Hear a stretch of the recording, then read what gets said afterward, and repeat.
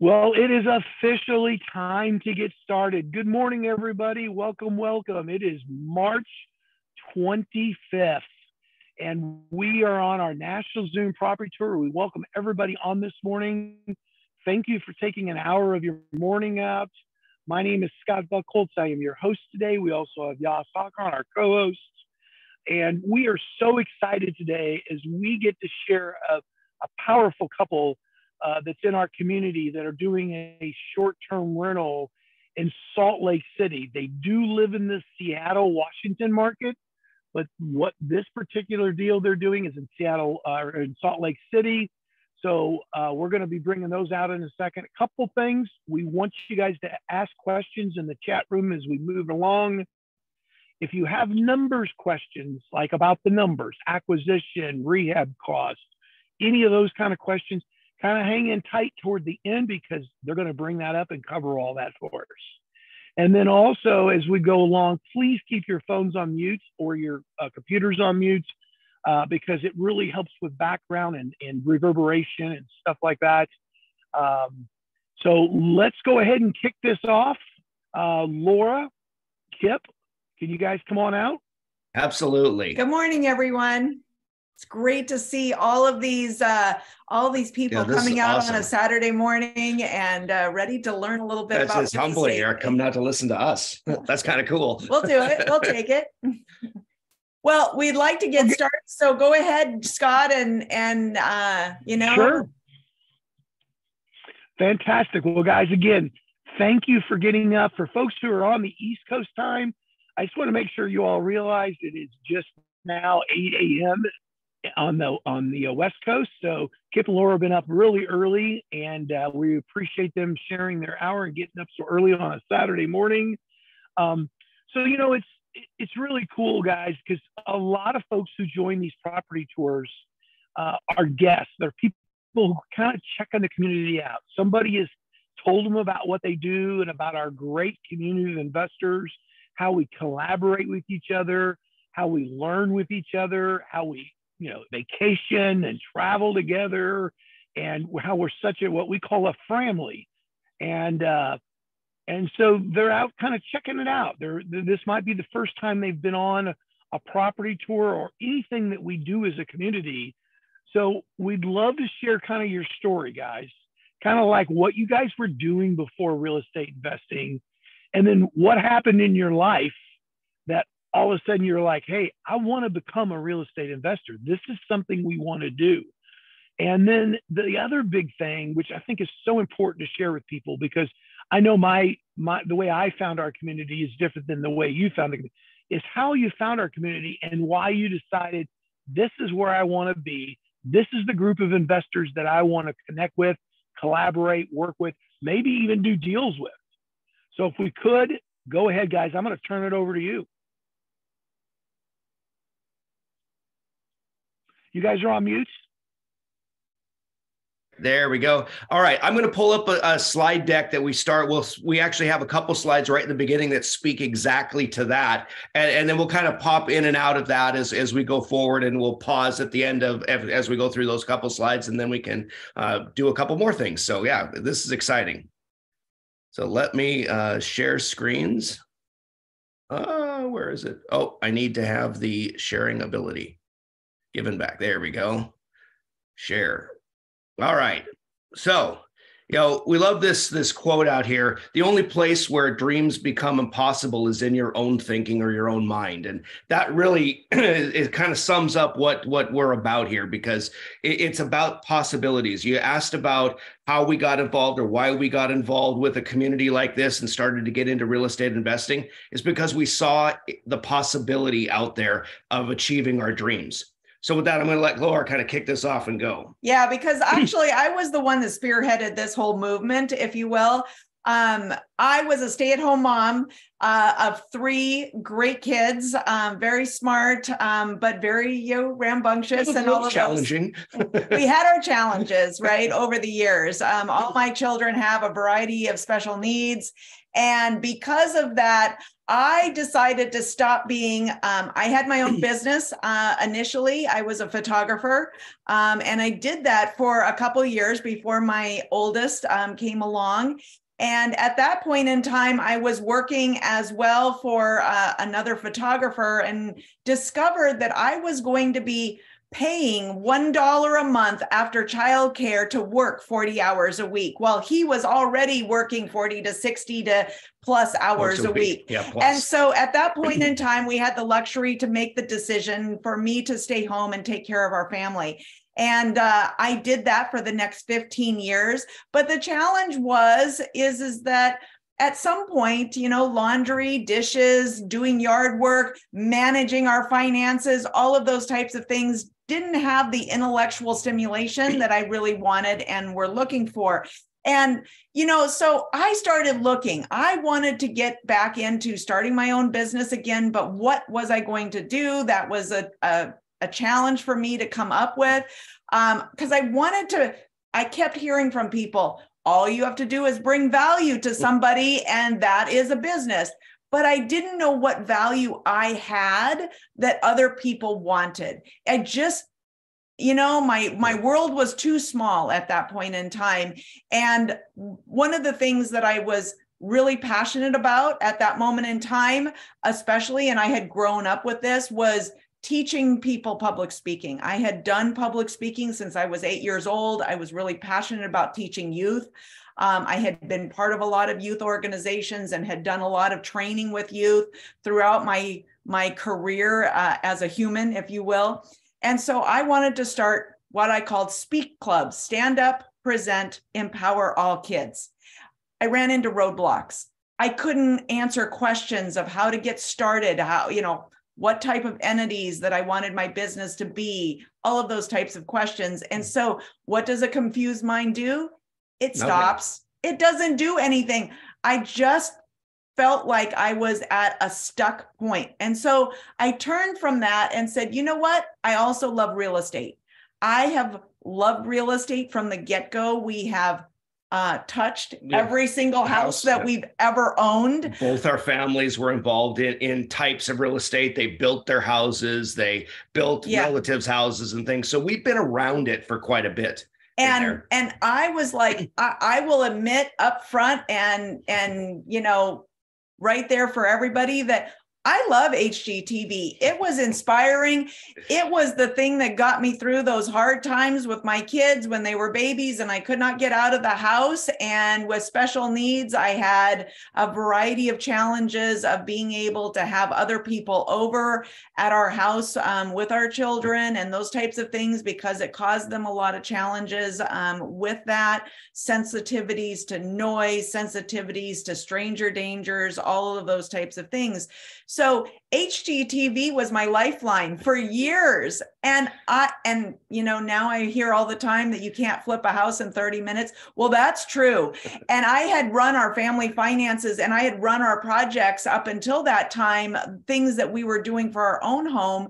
And I knew those numbers were wrong. I knew that there was something about them that it's like, how do those numbers work for them? And they didn't ever work that same way for me. And I thought, if I could just know what they know, I would be able to do that. So that is when I went on the hunt, because Kip informed me one day when I told him, hey, I want to do real estate. I want to flip houses. I want to do what those people are doing. He's like, yeah, we don't know enough. And I was like, well, we know a lot. And he's like, but we don't know enough to make it a business. And so that was when I went on searching, how can I make it a business? Do I go back to school? Do I go to college again and get another degree? Can I get my architecture degree? I explored all of those options. And, it was a lot of money. The hours were wrong. I was still a stay-at-home mom. He was traveling all over the world. He was not home very much during the year. I would say maybe only about a third of the year at most that we actually saw him as a family. And we had to travel. My children had the unique opportunity to be in probably more foreign countries than most adults ever get in their lifetime. Because we were trying to figure out how to be a family. And that was the challenge. I wanted to find a way to give him options to get out of corporate America because there was a variety of things. I'll let him tell his story in that regard. But when we found this community, and I don't know for sure, I'll let him maybe run the thing. When we found this community, it was simply, I had been looking, and it was a roadside sign on the side of the road that, you know, basically showed me that I had the possibility of learning real estate and from somebody. And you know what? It made enough money that if something happened to him, I would be able to sustain my family through all of this. Now, the things that popped up on the screen, guess what? When you start something and you get going, life happens. There's crazy things that happen in your life. Well, about 18 months after I got started, and technically we got started with this group, doing real estate, learning real estate, I got diagnosed with a brain tumor the size of a navel orange in my right frontal lobe, as you can see in the pictures in the upper left-hand corner there. And guess what? That turns your life upside down for a minute. And, you know, I was struggling trying to figure out how to do my classes, because every time I tried to take the classes, I would get massive headaches that would give me nausea to the point where I would spend hours most of the day trying to recover from the fact that I was, you know, puking my brains out, you know, in a bathroom, trying to figure out why I felt so crappy and why I couldn't stay awake and all of these types of things. It happens, like, you know, life happens. Well, as being part of this community and learning the things that we did and connecting with the people that we were able to connect with, that were just, you know, powerful people in so many different walks of life, I was able to connect with people that could go out and help me recover my health and do that. And so the pictures that you see in the bottom left-hand corner there are the stages that I started in. I started on the far left, and I worked my way to the far right.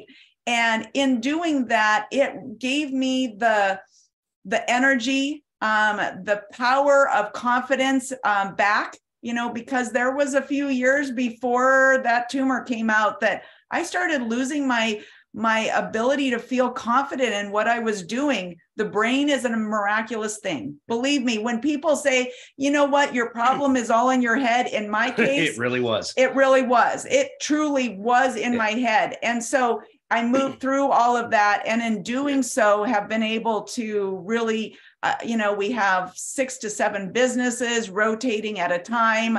I run almost all of those. We are now going into collaboration on a couple other ones that we're doing. So it's a lot of power that comes from the knowledge and the support that we get from this community. Yeah. And we knew we were in the right place when we went in for this surgery. Obviously, this is one of the scariest times of our entire life. We didn't know what the outcome was going to be. The surgery lasted 9.5 hours. And how I absolutely knew we had found our home, our family, like we like to call it with this community, is because I had never had less than 35 people from this community from all over the place with me at the hospital at all times, keeping me company, bringing food, taking care of our kids. Like, it didn't matter. Whatever we needed, that they were there for it. And we have some real true friends out of this event that we wouldn't have had any other way. It was coming to this community. It was pretty amazing when you think about it. I'm just incredibly blessed to have found them and had them be part of this at this time. Because, you know, as Lora said,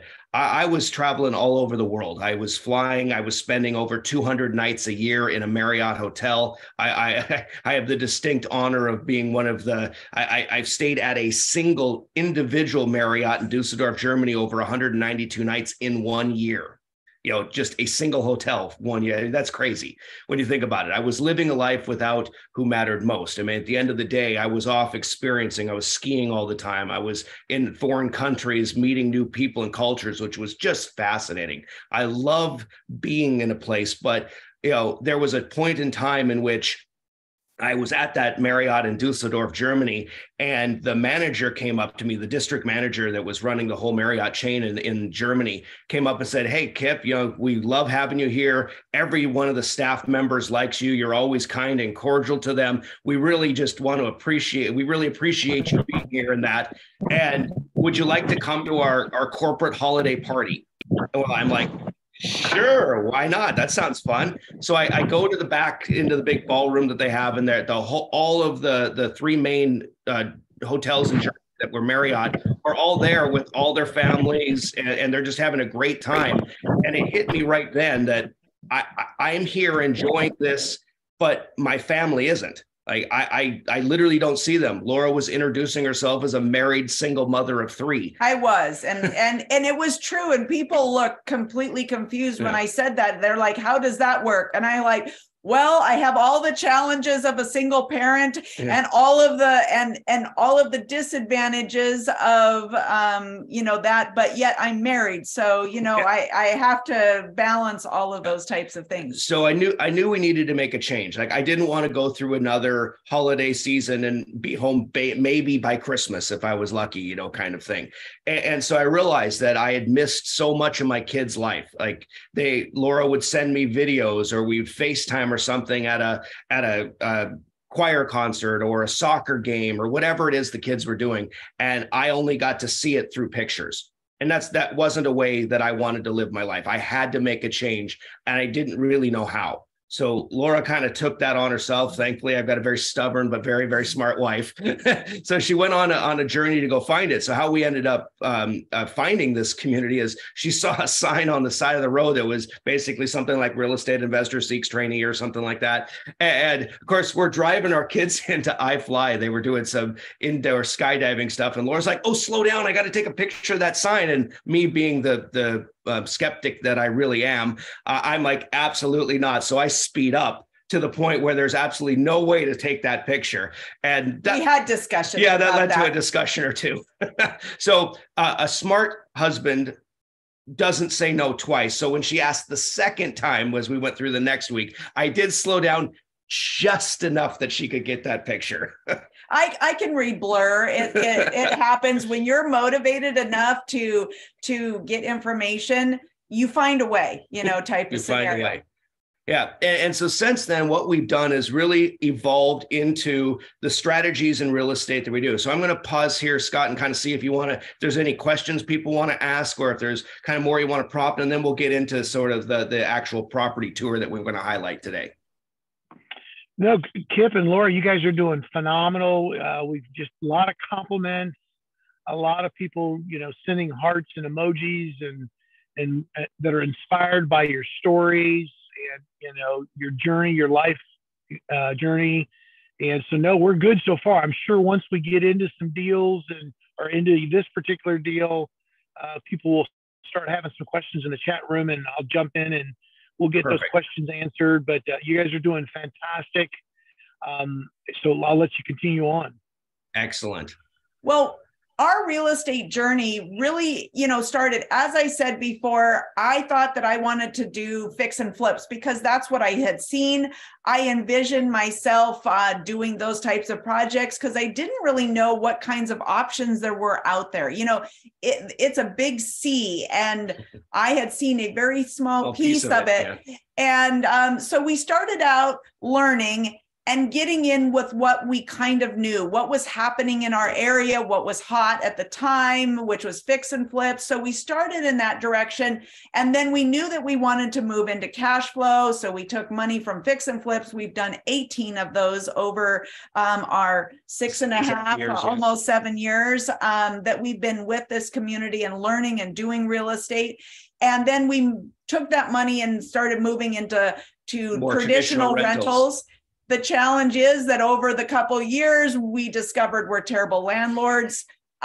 We just, that isn't where our heart is, even though we absolutely love the cash flow. We absolutely know that that's where we wanted to go. Yep.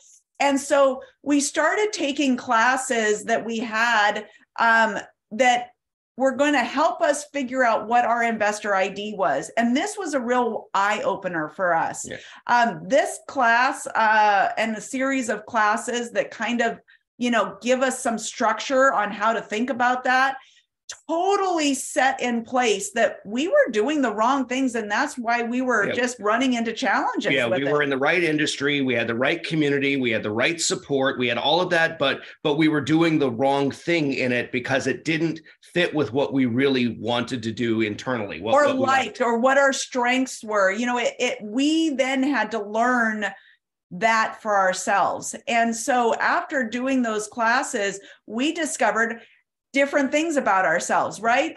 I had been a recreational management major. That's what I went to college for. And everybody says, ooh, what's that? Underwater basket weaving and, you know, like the MRS degree and all of those types of things. Like, what is that, right? So I spent a lot of time in my major, if you will, learning how to create experiences for outdoor recreation users. Whether that's through the national parks, your state parks, city recreation, those types of things. I had kind of evolved through creating and managing experiences for people.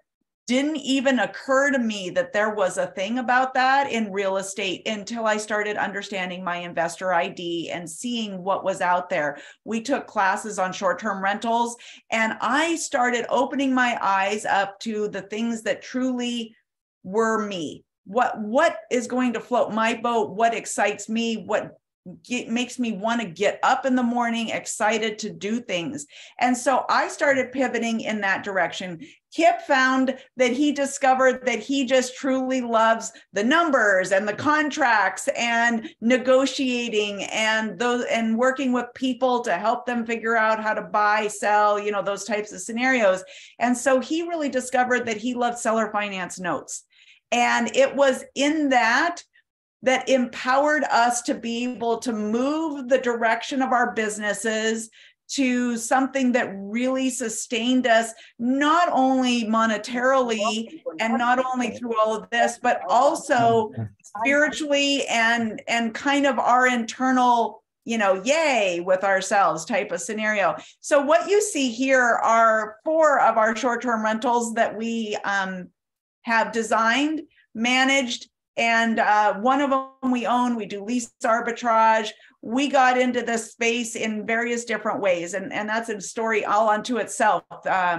Fix and flips that don't go right. You know, sometimes you have to come out and use more tools out of your tool belt to figure out how to, you know, salvage something. Because, you know, when you do real estate, you can make fabulous money. You can. And when you do real estate, you can lose fabulous amounts of money. You have to know what you're doing. And even if you do everything right, things like pandemics happen and things like shifts in the market happen and things like little micro markets pop up. And, you know, there's things that happen. And understanding and having the tools through knowledge to be able to go in and say, what am I going to look for now? And what's going to help me solve this problem is one of the most powerful things that we have run into with the learning that we've had, the education that we've had and have access to, as well as the community of people that we can connect with nationwide. So this is the beginning of our fourplex, right? When you're doing short-term rentals and doing a project with short-term rentals, it doesn't matter if you're doing lease arbitrage or not. You know, boxes are going to be your destiny for at least a few weeks, if not potentially a month or two. So, you know, not only did we have to empty out a fourplex worth of furniture because, let's just face it, it wasn't going to be up to the level that I wanted to produce these types of units for. I used some pieces. I tried to keep the things that I could, but they just weren't going to. There were a lot that we had to move. There was. So, you know, this is just kind of a brief insight into what our world looked like. And that was only one stage of it. I think we did 4 or 5 stages of it. We had 4 units to furnish, you know, type of scenarios. Could you guys, let me jump in here a little bit here so everybody on understands. You guys live in the Seattle, Washington market. Is that correct? That's yes, correct. That is correct. And this fourplex that you're sharing with us is in Salt Lake City, Utah. That is correct. It is. And we're going to, this next slide basically starts opening the door to how did we do this? Like, how do you go down and find a property in a completely different state? Yeah. And how do you set up the team? How do you do all of it? Because there's so much work to do on anything. Because we had to do a full rehab on this house. It was a 100-year-old house. It was built in 1906. Not a rehab. It was a remodel, technically. It had a lot of pieces to it. Let's just put it that way. Yeah. So yeah, no, that's an absolutely fantastic question, Scott. So how did we find this? How were we able to do this remotely? It starts going right back to this community. You see a couple pictures up here of some of the trips we've taken with it, some of the conventions that we've gone to, and the real secret. And it's not really a secret. I mean, everybody kind of knows this already, but putting it into practice is what really matters. We connect with people. Every single time we go to an event, every single time we get together with people, we make it a point to talk to people, introduce ourselves, get to know what they do, let them understand what we do and what we're looking for. And so we were able to find this through a connection. Down the pictures there with the beach and all the people having fun out there. We were out in Los Cabos a couple of years ago and ran into a guy that is doing a lot of wholesales in the Salt Lake market, also does fix and flips, also has buy and holds, just done a ton of things. And we got to chatting and we let him know exactly what we were looking for. Because we were not looking at a state. No. It was at the bottom of our priority list. We were like, we are absolutely not going to do an out-of-state property. We were focusing on what we were going to do at home.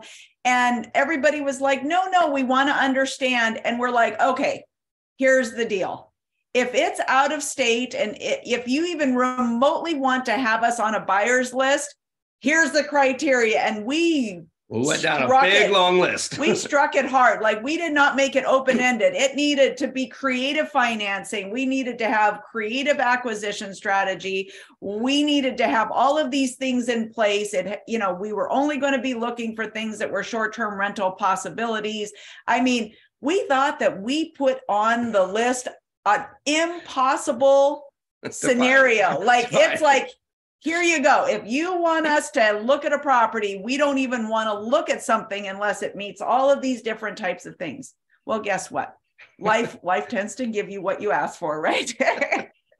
In that particular regard. And they found one and they had one. And, they brought it to us and said, hey, and we were like, oh, it's out of state.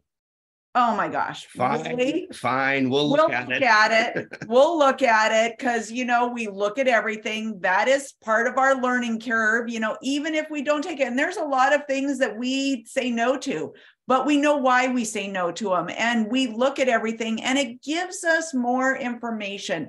Even if we don't want to do it, even if we don't plan to do it, the more we look at things, the more we evaluate properties, all of those different things, the sharper our skills become. Absolutely.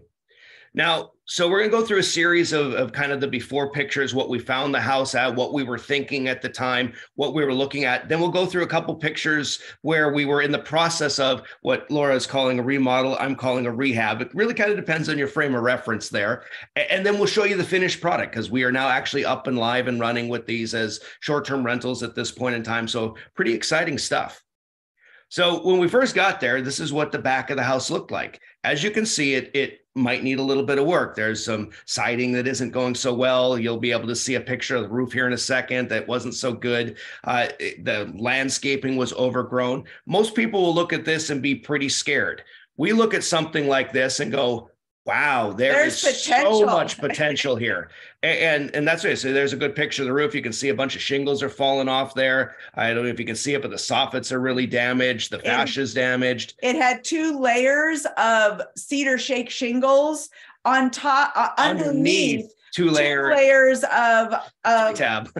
of asphalt shingles. I mean, it was in bad shape. There was a family of raccoons that like to live in the attic because there were holes in the soffits that allowed them to get up. The squirrels definitely lived there. Yeah. The neighbors had been taking pictures of the different wildlife that like to live in the attic. Yeah. Because guess what? it was just one of those things, the owner didn't want to put a lot of money into fixing it up. Yeah. And then it had some really interesting walls, some all of the different surfaces were different. The flooring was different throughout. Some of it was trash, some of it wasn't. You can see that actually the third picture there, the guy with the little hat on, that's the actual owner of the place when he had it that sold it to us. You can't really see his face, but the guy with the black t-shirt with the yellow on it, that's actually the guy that wholesaled it to us. So, we could say lots of different artwork. The guy was an artist by trade, and he had a very unique style, we'll say, in dressing things up. So you can see there that there's nothing really special about this property, but Laura and I looked at it and said, wow, we could really turn this into something amazing for it. And one of the big things is that these units are small. It's a fourplex, and the units range from 450 square feet to 625 square feet. So guess what? For me, I'm like, I have been looking for an opportunity to design tiny for a long time. I don't know, for maybe very long time. I've been trying to convince him to live tiny, and that has been and I'm like, no, like these are creative and unique opportunities to design for a small space to make them feel really good. Part of the challenge in these particular units wasn't necessarily the bones of the unit, but the fact that somebody didn't understand how to pick furniture and how to use the space the most efficient. It's like, you know what? There's a couch. It needs to go on a wall. There, is a bed. I just need to have the most open area that I can. It's just, there wasn't an understanding or a creativity with that at all. And they certainly didn't know how to deal with a kitchen. Oh my goodness. Yeah, the kitchens were dismal. I looked at those and like, there's no counter space anywhere. I mean, I get with short-term rentals that doesn't necessarily have to be a thing. They still have to function. But they do have to function. And you know what? Everybody that I know that goes to stay at a place, if they're going to pay money to stay at a place, they want something more than a hostel. Unless you're staying at a hostel. And believe me, I've stayed at hostels in Europe and things like that. Wholeheartedly, for the price point that they are. I love the fact that I can bunk with people from all over the world and, that type of stuff. It's a different environment that you're walking into. So we looked at these and we're like, okay, there's some bones that we can work with. We can figure this out. Unit number 2 that you see there, the picture of that kitchen, from the get-go, my designer and thought process immediately went to how am I going to solve that kitchen? And we'll talk about that in just a little bit but so we started cleaning up. Yeah, we started up cleaning up. The first thing you can see in the picture on the far left there, we got rid of all of that overgrowth landscaping. In the back, you can see we just ripped out basically everything and start over, and found that there was actually flagstone paths and things like that underneath all of that. Like, we got really lucky with this one. The landscaping was really nice. Now you see the picture in the front, there's that big bush that's gone. That bush was a rose tree. I'll call it a tree. The canes on it were sometimes 2 inches in diameter, and the thorns were a little bit like that too. Needed a chainsaw. There was some bloody hands that came from cutting that thing down and breaking it up to get it into a yard. We rented a 17-foot long U-Haul trailer and filled it full just to go to the dump, and that was the 3rd trip to the dump that you're seeing there. I think it might have been the 4th or 5th actually. And you can see there is a cast iron tub, and I was like, we could do something with that. No, that thing weighed a couple hundred pounds. That was so heavy. Yeah, that was terrible. It's always an adventure when you get into real estate. There is never a dull moment. So we went to work. We had a couple things that we really needed to fix. One, there was a different surface texture in every single room of every single unit. Nothing was uniform. So we went to work with contractors, and we figured out that you can just slap up really a pretty thin sheetrock and redo the texture that way. It's significantly cheaper to be able to do tricks like this. So as you get into real estate investing, you learn the things that will speed your project up, reduce the budget, and still get you the look that you're really looking for that. And part of that is, in these older homes, popcorn ceilings that were there, heavy textures, the likelihood of asbestos is a thing that you have to be concerned about. And if you drill, try to rip out any of those types of things, you put that into the air and it's a hazard. And now all of a sudden you have, unhealthy scenarios. You have to do hazmats.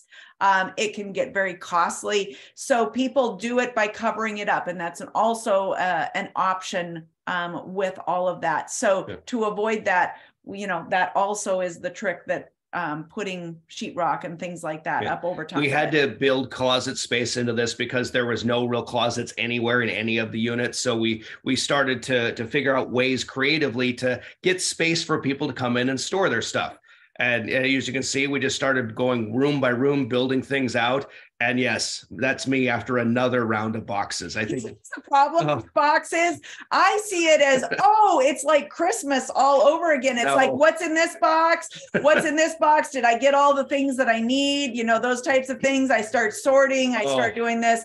We did one in Texas and it filled up the entire dining room and living room because it was a 2,800 square foot house. And I mean, there were boxes for days and days and days. The people that we were partnering with were like, oh my gosh, we never want to see a box again. Now here's unit 2, the one Laura was talking about. This is such a cool idea because when we got in there, that door that you see walking in, right where Laura's standing there in that picture, that was where the little day bed was that the person was staying in that unit. And in the back was that horrible designed kitchen out there. So Laura really had the idea, though actually you should tell them you're the designer. Yeah. So, I kept going through this and I'm like, we've got to fix this. And everybody kept telling me, including my husband, it's like, no, it'll be fine. We'll just make it, clean it up, that kind of scenario. And I'm like, no, it doesn't work. I can't get a bed of any size in here. The kitchen isn't functionable, even though it's like, I need this space where the kitchen is. Yeah. And, I'm like, I want to move the kitchen in this particular one. I'm like, I can do it without major, shifts and that kind of stuff. I want to move the kitchen up where the bed is. And everybody looked at me like I had 3 heads and they were like, what are you talking about? Moving the kitchen. What will... And I would say, it turned out pretty darn good. You can see kind of the before, the during, and the after picture there. That space, the stove, we actually kept the same stove that was painted. You see in the far left, right, that brown box that, I mean, it looks like it's 100 years old. And it was nasty. It had rust coming down the pipe. Guess what? It worked. It was the main heat source. It was the only unit that had a decent heat source in it. And I'm like, we can't take that out. It's the only stinking thing, but it is ugly. And nobody wants to live in a place that looks like they have a heat source that came with the dinosaurs, right? And so I was like, okay, when I look at places, what are the things that I need to design around? What am I going to keep? What am I going to get rid of? And what can I do? And then how can I make that? So I took that heater as the inspiration. You see the beams that are in this unit. I was like, great. I have this exposed stuff. I'm going to go with an industrial feel a little bit in here. And so with that, I'm like, I can spray paint that black. I can get that black industrial, black metal, those types of things. I went with a black wall. Everybody's like, oh my gosh, you don't ever paint anything black, right? Well, that's true in a lot of respects. But in the design world, black in a really long space actually makes the space look bigger because it recedes away from you. And when it recedes away from you, the space gets bigger. And so I did not want that space to feel any smaller than it was already. This was the smallest unit that we had. We were moving things around and I was going to be very heavy with black in the kitchen. As you can see, there's a lot of black up there. And so I basically pull the eye through by painting that whole brown area black, and you can kind of see it in the one on the far right, which we'll show in a little bit more. But we moved the kitchen around. That entire kitchen, because I'd been to Europe and because I traveled a lot with Kip, we discovered that in Europe, people take their kitchens with them when they quit renting an apartment. They have to do that. They got to go in. And so I kind of use that concept with that. Hey guys, there's a couple questions I'd love to get to. We're Sure. about 18 minutes until the top of the hour here. If we could just jump in. Sure. One question. Yeah, here's a question for you. This is from Daniel Delgado. Daniel's asked, what was the difference between this property and say the ones you said no to? Why this property? Excellent. So some of it is going to be revealed in the numbers. So I don't want to kind of spoil that piece of it, because we're almost done with the pictures here, and then we'll jump into the numbers. That was one big one. The other one is we had a support team. We had met through our networking enough people in the Salt Lake area that we felt confident that we could have boots on the ground, confident that we could have a property manager, confident that we could find the contractor, the skilled laborers, all the different things that we needed. And it's the easiest flight to get to out of Seattle. So all of that kind of rolled into one, but the biggest one is the numbers when you see it. Well, of course, we are in the numbers business. It's always about the numbers. Yes. It has to be about the numbers. And so how did you find where this location of this particular property was? Did it line up really well with the short-term rental strategy? Yeah. Oh, absolutely. It did. As they say in the short-term rental world, right? Anywhere, right? It doesn't matter if it's a rental, a fix and flip, or anything. Location, right, is a key factor in all of that. You can make a short-term rental anywhere, but the ones that are most successful are in locations. This one happened to have an absolute ideal location in our book. It was right on the edge of a park. It's right on the edge of Liberty Park in Salt Lake City. It's a very big park. It's almost like a little bit of a mini, tiny Central Park, type of scenario. It's close to the airport. It takes about 9 minutes from the airport to get there. It's about 4 or 5 blocks from the core center of downtown in Salt Lake City. So there's a lot. It's got a walk score of like 87. Bike score of 99. Yeah. I mean, wow. Couldn't have more of the pieces of the short-term rental world. Yeah. And it has a transit score of 75 because there's both a light rail and bus right there. So I mean, it's ideal. That's like in baseball there's a thing called the Triple Crown. That's like the Triple Crown of the Holy Grail. There's a variety of things that it's like, okay, we need to look at this a little bit more. Our eyes just about popped out when we actually check, because that's some of the due diligence that you do on a property. Another way to answer that question about why this one. Well, that is a huge factor, because when we were doing our due diligence on it, it checked all the boxes. A funny story, and I will make it very short, is that the address that the wholesaler gave us initially, we couldn't find it. That's right. We could not find the address and where it was. And so we put it off. We were just like, oh, you know what? If we can't find this property, we are not even going to look at it. We put it off for almost 3 weeks. And we just quit looking at it because we're like, we can't even do the research. You know what? This one is just not worth it if we can't do it. And the wholesaler came back and said, what about that property? And we're like, honestly, we can't find it. And we haven't even looked at it because we can't find it. And so we went back and did some forensics with that and were able to find it. And then we were like, oh, wait a minute, we need to maybe look at this one, now. Yeah. So kind of going along here, there's some more pictures of Unit 3. We put a red wall in there. That's another design tip if you're looking for short-term rentals, is people, when you're scrolling through Airbnb or VRBO, human eye stops at red. This is another one of the design tips that Lora has. So you want that money shot, if you will, to pop with color. You want it to contrast with other pictures out there. More closets going in. We were able to paint the cabinets in there a black color to make it look really sharp. We have lots of different design things. And then we changed out the way the countertops work. So we reshaped them, found a great product. You'll see in the finished pictures here in just a second what that ended up looking like. Unit 4, similar things. We installed closets. Laura was ironing a lot of curtains. Boy, that took a while on there. We had some business partners of ours that are in this deal, and we'll talk about that number-wise here in a bit. They came down and helped us get things set up. So it was just a real collaborative effort getting things going. And I know I'm kind of breezing through these a little fast because I want to show you the finished product, because that's really the exciting part of all of this.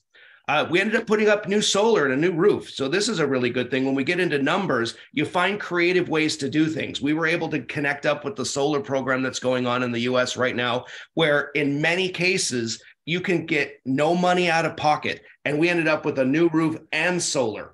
Now, people are like, why would you do solar? It doesn't make a lot of sense. The return is like thousands of years out there, that kind of thing. But when you factor in the fact that we got a brand new roof, the electrical work done, all of this, with zero out of pocket to be able to do it. They financed all of that for us. It was a no-brainer. And it gave us a very fixed cost in what the running cost of the utilities will be. We know exactly what it'll be. It'll be fixed for the next 20 years. So that's pretty awesome when you can get to that. And that's kind of the new front. We put new windows in it too. So that's some of the things that it still has to be painted, but the weather hasn't been good enough for us to do the exterior painting. Hopefully within the next month. Still blizzards going on right there and that kind of stuff. But here's the after pictures of Unit 1. This is what Unit 1 turned into. So you can see a lot of design elements that Laura does. She's fantastic at it. So if you're looking for help in that department, she's pretty amazing at it. Keep going. Anything? Yeah. I mean, we need to get to the different things. We used an epoxy to cover up the existing countertops. Every countertop was different. The surfaces were all different. So we were looking I really wanted to replace them. We were looking at remnants. We were looking at alternatives. It was going to cost me about $2,000 per countertop type of thing to get. I mean, some of them only had 12 inches or 18 inches of countertop on something. I didn't like the cabinets. I wanted to rip them out, but everybody's like, oh, but it's storage and it's there and there's flooring missing underneath of them and things like that. And I'm like, I still want them gone. Let's figure out a way. So we found a way to cover up all the countertops with this epoxy. They look like marble. They look like, the things that you do. They're easy to clean. And they ended up looking great. And we were, absolutely thrilled with the options. There's the bathroom in Unit 2. There's what that kitchen ended up looking like in the end after we moved it over there. Same kind of concept. And then there's what I'm able to put a king bed in that unit now and a couch that folds out into a full-sized bed as well. So I can actually sleep 4 people in this unit if need be. Yeah. That is amazing. They look absolutely beautiful. Thank you. Yeah, we put a lot of work into it, a lot of design elements in there. And Laura's just got a real artistic eye for how to make a space. She can walk into it and just go, oh, this is what I want it to be. And then hires me to, install it.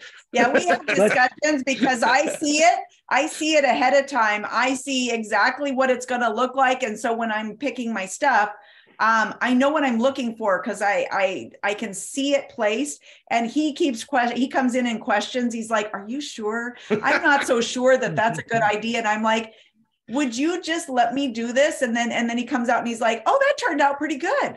Exactly. So here's Unit 3. There's obviously the money shot that we'll end up having when we get the professional picture done for it. It Papa Red in there. You can look down and see sort of the long hallway studio style that these are. And then there's what the kitchen looked like. That was that one you saw the picture where we were cutting the counters and making it reconfigured. So just a completely different space. You couldn't tell them sitting side by side which one's which at this point. So yeah, it really turned out good. We were able to save all the cabinets, as Laura said. We just painted them.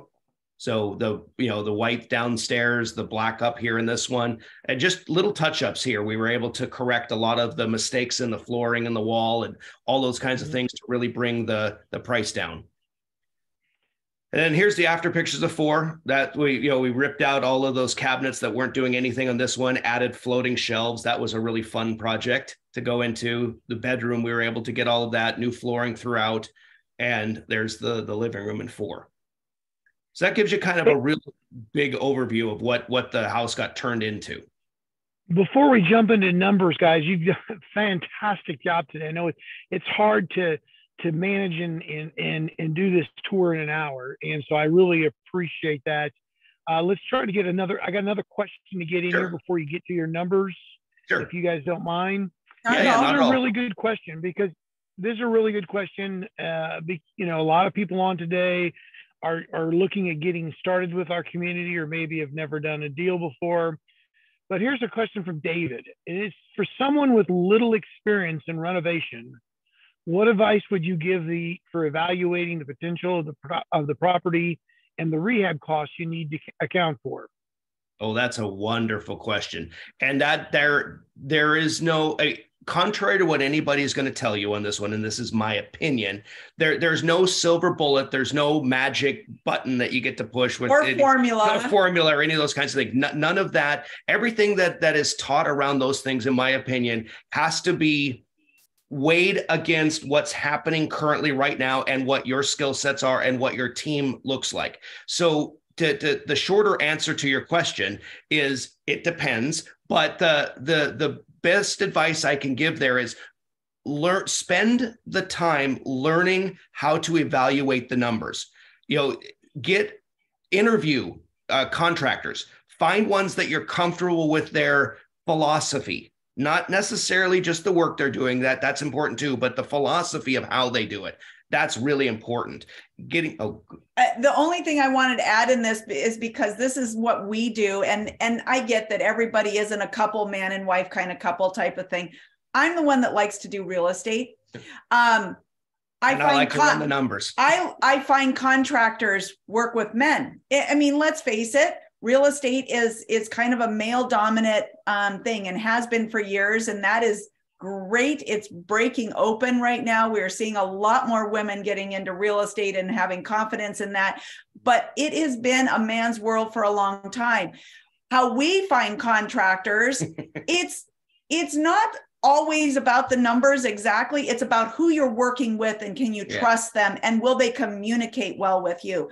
We bring contractors in and I force him to come in and sit on these with me, because what we do is we sit down, we talk, I explain the whole thing of what we're looking for a contractor, what kind of project, what the scope of work is, that kind of stuff. And then I sit back. If the contractor immediately talks to him, turns and talks to me, that a contractor is gone. I do not care if he gives me the best numbers in the world. He's gone, because I'm the one that's managing the project and he will not work with me. I have had contractors that have walked off the job because I had issues with their work and they didn't like dealing with a woman telling them that they had issues with their work and how their crews were being handled. And we will look at contractors that way. So that is how we go about doing it. And then you just have to be confident. There's a variety of ways to get your numbers. You can find there's programs that we have that we're connected with that will connect you with Home Depot, and you can get pricing for things. And then, just getting out there and asking a lot of questions, listening. You have 2 ears for a reason. You should do that more often than what you're speaking, especially when you're learning. Just kind of be a fly on the wall around people, ask people that have done projects, even if they're done retail and that kind of stuff. How much did it cost for you to get a new roof? How much did it cost for this? How much did, get a variety of bids. Never go with just one bid. You've got to see the range that they're coming in and get an idea of that. And understand why the range is. It's asking enough questions, interviewing enough people. And a lot of it too is that's where a community like this comes into play so much.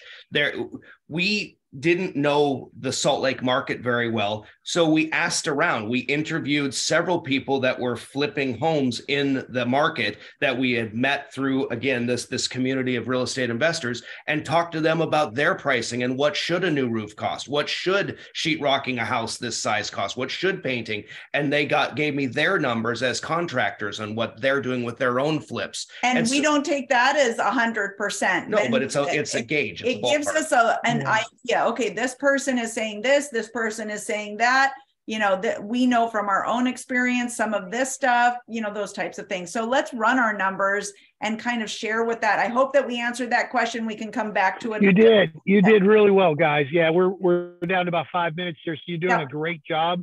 I'm sure everybody's excited to see the numbers here. Awesome. So there's the acquisition costs. We purchased this for 820. There was an assignment fee. So that's what the wholesaler made, was 20 grand on this one. And some people are like, oh my goodness, you paid a wholesaler that much money? Well, you'll see in a minute what the after repair value of this place, and you'll see why this made a lot of sense. The down payment was 130, and this is the number right here, the seller carryback. That you want to talk about creative financing? We have learned that you don't need your own money to do a deal. The seller of the property carried back the mortgage. In essence, he became our bank, lent us the money, which was really just the equity in the house that he had, $670,000 to purchase it. And then closing costs, there's about $4,000 in attorney fees and things like that. We didn't go through a realtor, so it's just literally title, escrow, attorney fees to write up the documents. So we're all into this thing for about $824 to start, which is not bad. That's pretty phenomenal, actually. Now, the rehab costs, I call it a rehab, Laura calls it a remodel. You can be the judge of which is which. We have about $155,000. Now, these numbers are rounded to the nearest thousand just to make it easy to show everybody. If anybody wants to ping us, we can get you down to the penny if you really want, but this is pretty accurate for what we did. The solar roof was $68,000 that we put in there. Again, fully financed by the solar company. Love that. We have about $3,000 in new flooring. That was basically carpet that we put in. The construction. So this was the sheetrock, the paint, the changing the plumbing around for unit 2, all of the repairs and things that we happen, insulation that we put in, lots of different things like that. A little bit of, we put in a wall down in the basement down, which we didn't really show pictures of, for a laundry room down there. Things like that. That was $43,000. And then paint, as you saw, we haven't painted the exterior yet. So there's about $8,100 left, which is the fixed price for the painting of the outside. That's still held over in the budget, but we haven't spent yet. But that's part of that $15,000. Windows, $16,000. That was one of the biggest single ticket items that we had in there, because, oh boy, they needed this. Some were broken, some were just terrible. You could literally feel the air coming through these things. And then miscellaneous contingency, we put in a contingency of 10 grand, and we burned through about $4,000 of that. There's $6,800 left that we have to do for electrical to get the solar up and running and working. So prices left, there's about $15,000 left of work to do on the house in total. So that's kind of the costs breakdown. And again, if people want to ask questions about that, we can go into more detail about the numbers, but that's basically it. And here's what got us really excited.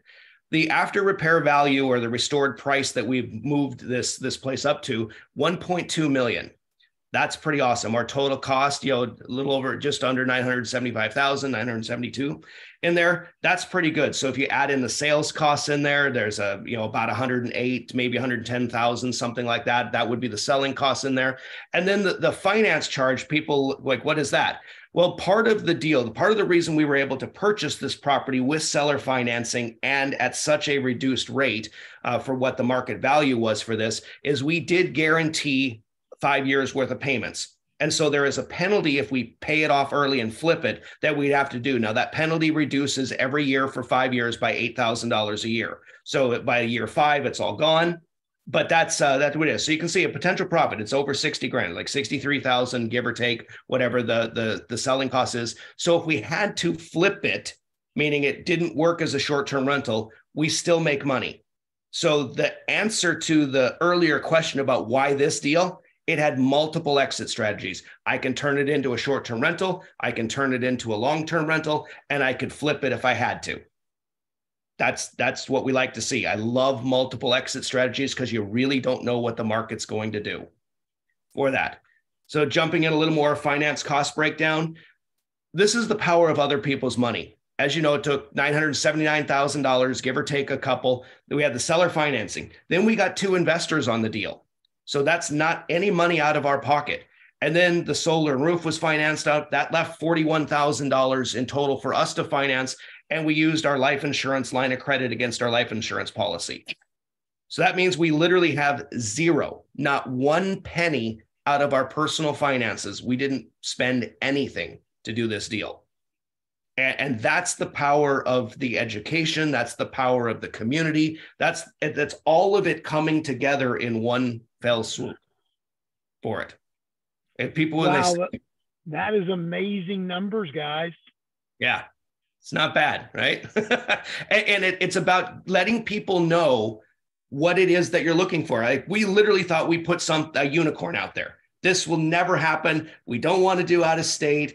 Like, we'll put something out there that is just so crazy nobody would turn this down. Like, who would turn down being able to do a project like this for nothing out of pocket? I mean, that's silly, right? It's so out there that people don't believe it. But I also have to say that, it didn't fall in our lap 100% that way. We had to figure out how to make that happen. And things like the solar and the roof was something that happened after we bought it, and we were looking at fixing it up. And we just were always having our ear to the ground. We always are looking at different options for things, and it just opened the door, and we jumped right through it because we saw the possibilities. Yeah. And then the last set of numbers I'll run through will show you why we want to run it as a short-term rental. Now, to build it out, Lora is, again, pretty amazing at design. We did all of that interior decorating, all of the furnishing, all of everything that you saw in those finished pictures for 25 grand. The furnishings cost us 20 because Laura's incredible at shopping. The kitchen stuff, 2 grand out there.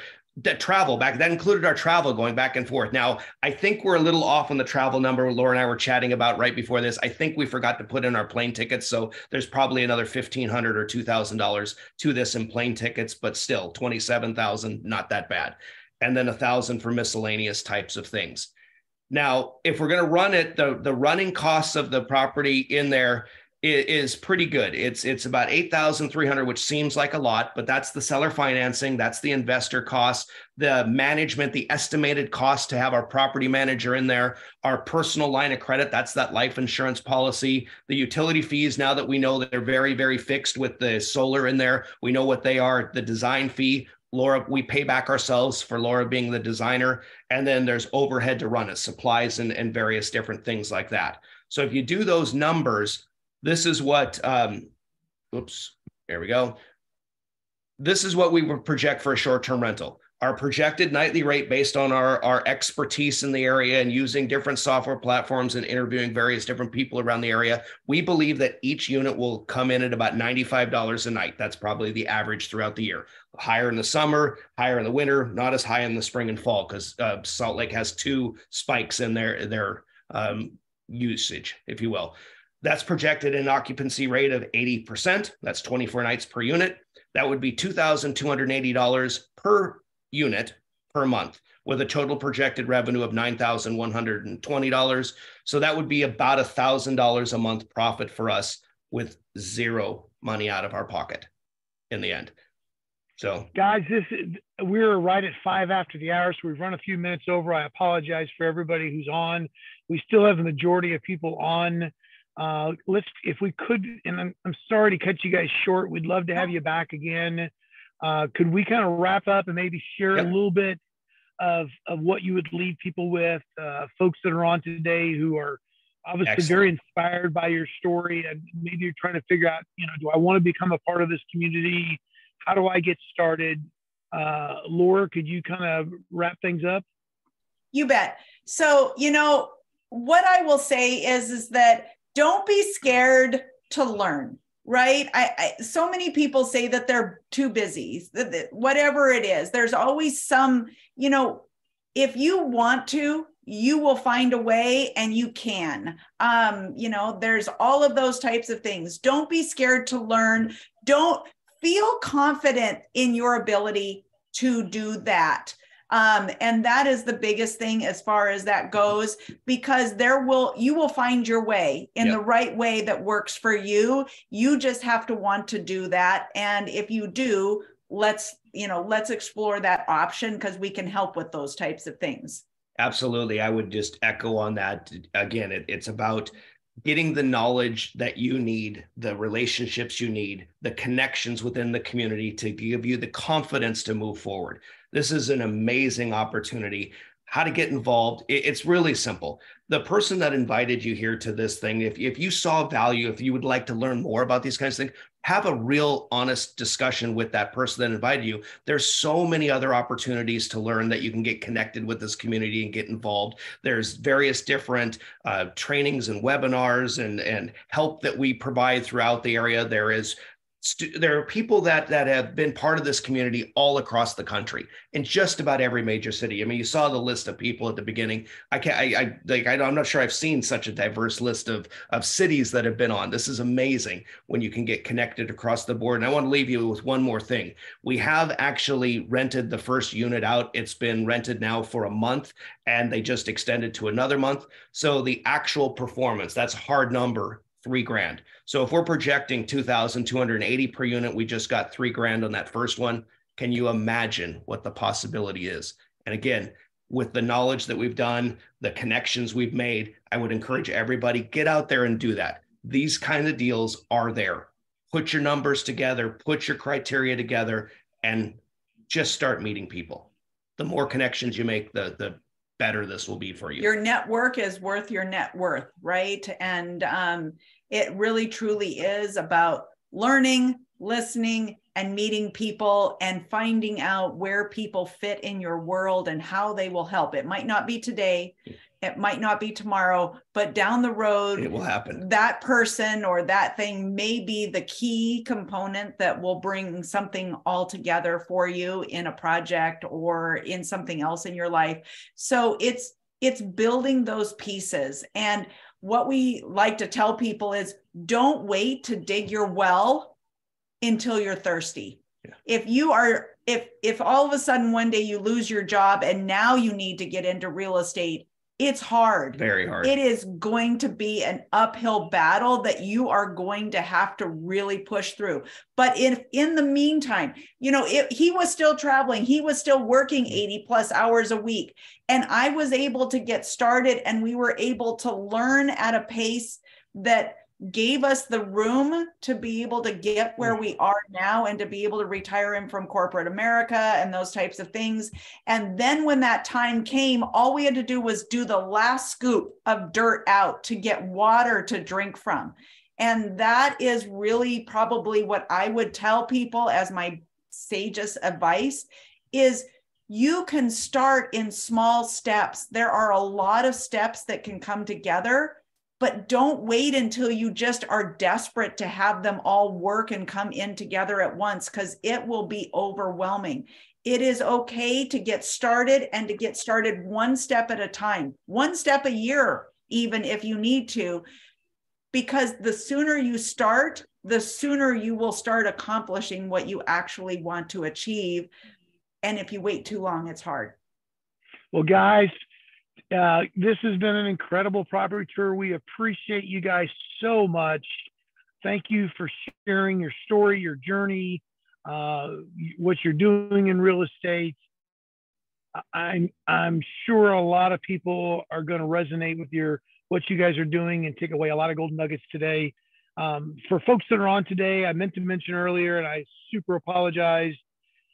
We do have something that's actually on now right after this. Get back with who invited you if you're a guest today, and you can actually plug into some more what we call a live business introduction and learn more about what Kip and Laura have been talking about, from using other people's money to learning to education to community. That's at a different link. Get back with them. Laura, Kip, you guys have been fantastic. We'll see you guys again. We'd love to have you back out. For everybody on, thank you. For everybody on, we won't be back this next Saturday as our community is having a national conference in Salt Lake City that a lot of our community members are attending. So we'll be back the very next Saturday on the 8th, and we'll be coming to you from Minneapolis, or the Minnesota market. So please join us then at 11 a.m. Eastern. For now, guys, have a blessed weekend. And we'll look forward to seeing you guys again on the next tour. Thank you, Kip. Thank you, Laura. Our pleasure. Thank you. We look forward to it too. Thank you.